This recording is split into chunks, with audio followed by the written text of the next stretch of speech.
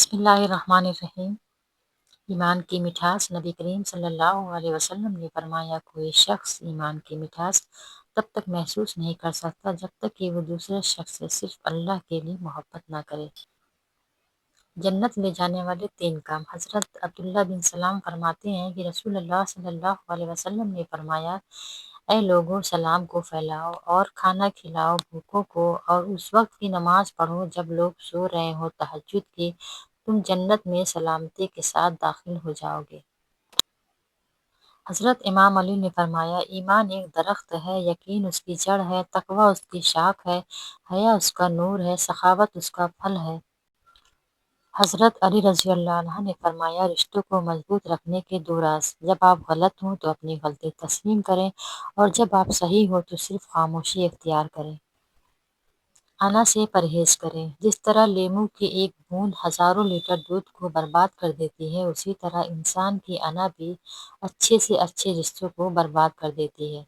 آپ صلی اللہ علیہ وسلم نے فرمایا، اگر 4 عادتیں تم میں موجود ہیں تو دنیا سے اگر تمہیں کچھ بھی نہ ملے تو کوئی حرج نہیں۔ امانت کی حفاظت، سچ بولنا، اچھا اخلاق اور پاکیزہ حلال لقمہ۔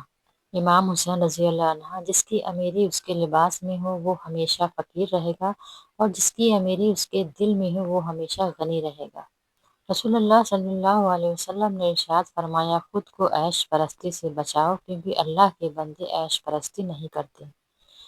رسول اللہ صلی اللہ علیہ وسلم نے فرمایا، کسی انسان نے اس شخص سے بہتر روزی نہیں کھائی جو خود اپنے ہاتھوں سے کما کر کھاتا ہے۔ اللہ کے نبی حضرت داؤد علیہ السلام بھی اپنے ہاتھ سے کام کر کے روزی کھایا کرتے تھے۔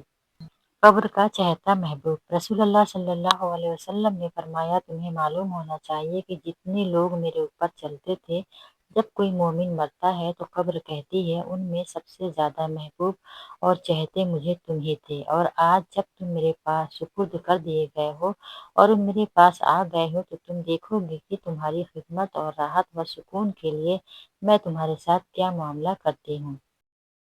اسلامک ویڈیو اگر آپ کو ہماری اچھی لگی ہے تو اسے لائک اور سبسکرائب کر دیں، شیئر کر دیں، اور کامنٹ باکس میں ہمیں اپنی رائے دینا نہ بھولیں۔